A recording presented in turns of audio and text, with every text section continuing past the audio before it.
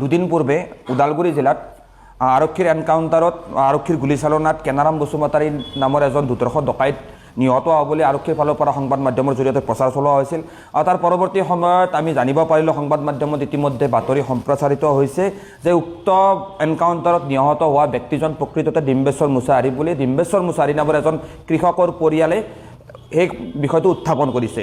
তো এই ক্ষেত্ৰত আমি ইতিমধ্যে আগতেই কৈ আহিছোঁ যে ৰাজ্যত বৰ্তমান চৰকাৰে নিজেই বিচাৰি আছে যে জনগণৰ আইনৰ শাসনৰ পৰা বিশ্বাস উঠি যাওক, ৰুল অফ ল'ৰ পৰা ৰাইজৰ বিশ্বাস উঠি যাওক। তো তেনেকুৱা ক্ষেত্ৰত চৰকাৰে প্ৰধান অস্ত্ৰ হিচাপে ব্যৱহাৰ কৰিছে এনকাউণ্টাৰক।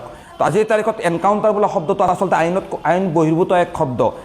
যি কি নহওক চৰকাৰে আজিৰ তাৰিখত জনগণৰ আইনৰ শাসনৰ পৰা বিশ্বাস উঠাই দিবলৈ আৰক্ষী বাহিনীৰ দ্বাৰা বিভিন্ন ধৰণৰ ভুৱা এনকাউণ্টাৰৰ ঘটনা কিন্তু সংঘটিত কৰা তথ্য ইতিমধ্যে পোহৰলৈ আহিছে। ৰাজ্যত সংঘটিত হোৱা ধাৰাবাহিক যিখিনি এনকাউণ্টাৰ, সেই এনকাউণ্টাৰসমূহৰ ভিতৰত দুটা এনকাউণ্টাৰৰ ঘটনা ইতিমধ্যে তদন্ত কৰা হৈছিল আৰু দুটা এনকাউণ্টাৰৰ ঘটনাই কিন্তু ভুৱা এনকাউণ্টাৰ বুলি প্ৰমাণিত হৈছে। তো এই ক্ষেত্ৰত আমি ABMCৰ ধাৰাবাহিকভাৱে ৰাজ্যত যি এক্সট্ৰা জুডিচিয়েল কিলিং, আৰক্ষীৰ জিম্মাত অভিযুক্ত ব্যক্তিৰ মৃত্যু হোৱাৰ যি ঘটনা সংঘটিত হৈ আছে এই ঘটনা আমি বিৰোধিতা কৰিছোঁ। একেধৰণে আৰক্ষীৰ জিম্মাত কেনাৰাম বসুমতাৰী হওক বা ডিম্বেশ্বৰ বসুমতাৰী আৰক্ষীৰ এনকাউণ্টাৰত যে নিহত হ'ল এই ঘটনাৰো কিন্তু আমি ABMCৰ তীব্ৰ বিৰোধিতা কৰিছোঁ।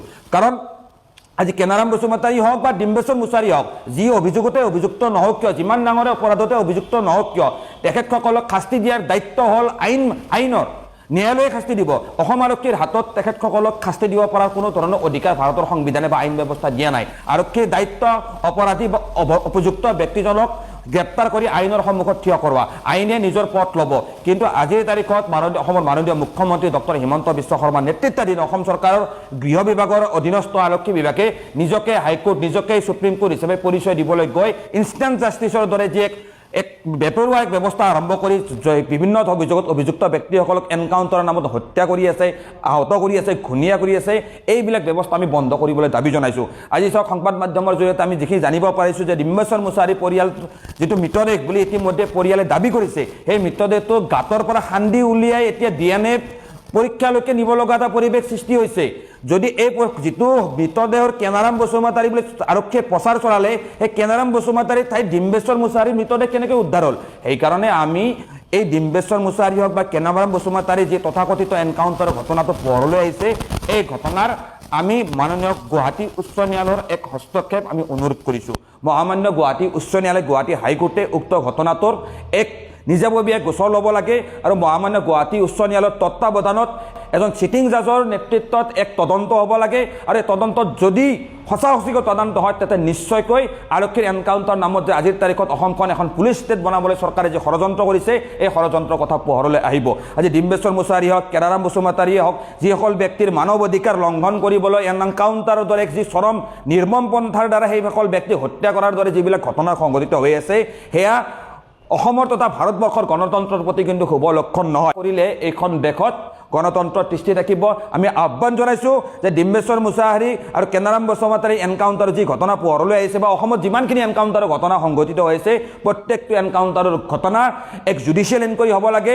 মহামান্য গুৱাহাটী উচ্চ ন্যায়ালয়ৰ এজন চিটিং জাজৰ নেতৃত্বত এই গোটেই জুডিচিয়েল এনকুৱাৰী হ'ব লাগে আৰু অসম আৰক্ষীয়ে তথাকথিত এনকাউণ্টাৰৰ নামত যি এক্সট্ৰা জুডিচিয়েল কিলিঙৰ ঘটনা ধাৰাবাহিকভাৱে সংঘটিত হৈ আহিছে, এই ঘটনা বন্ধ কৰিব লাগে। ৰাজ্যত আইনৰ শাসনৰ ব্যৱস্থা প্ৰণয়ন কৰিব লাগে। ভাৰতৰ আইন ব্যৱস্থাটো খুবেই শক্তিশালী এক আইন ব্যৱস্থা আৰু এই আইন ব্যৱস্থাত প্ৰত্যেকটো অপৰাধৰ বাবে উপযুক্ত শাস্তিৰ বিধান আছে। কিন্তু চৰকাৰে নিজকে সুপ্ৰিম কোৰ্ট, হাইকোৰ্ট হিচাপে পৰিচয় দি ইনষ্টেণ্ট জাষ্টিছৰ যিবিলাক তথাকথিত ব্যৱস্থা আৰম্ভ কৰিছে, এই ব্যৱস্থাই ভাৰতৰ সংবিধান, জনগণৰ মানৱ অধিকাৰ, নাগৰিক অধিকাৰ কিন্তু 100% লংঘন কৰিবলৈ ওলাইছে। আজি আমি ABMC আহ্বান জনাইছোঁ, সৰ্বস্তৰৰ গণতন্ত্ৰত বিশ্বাস থকা দল সংগঠনসমূহে এই এক্সট্ৰা জুডিচিয়েল কিলিং এনকাউণ্টাৰৰ দৰে ঘটনাৰ বিৰুদ্ধে ৰাজপথলৈ ওলাই আহি প্ৰতিবাদ সাব্যস্ত কৰিব লাগে।